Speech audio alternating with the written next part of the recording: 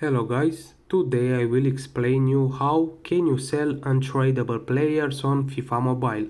So there are like 5 options and I will explain you in a few seconds. Number 1. Use them in your squad. Incorporate the untradeable players into your active squad or reserve bench if they have good stats or fit your team's chemistry requirements. Number 2. Use them for plans. Some in-game plans may require specific player cards, including untradeable ones. Check if any plans can make use of the untradeable players you have. Number 3.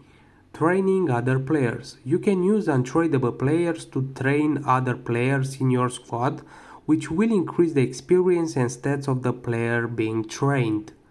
Number 4. Reserve bench and chemistry. Even if the untradeable players don't make it into your starting lineup, they can still contribute to your team's overall chemistry and boost the attributes of your other players. Number 5.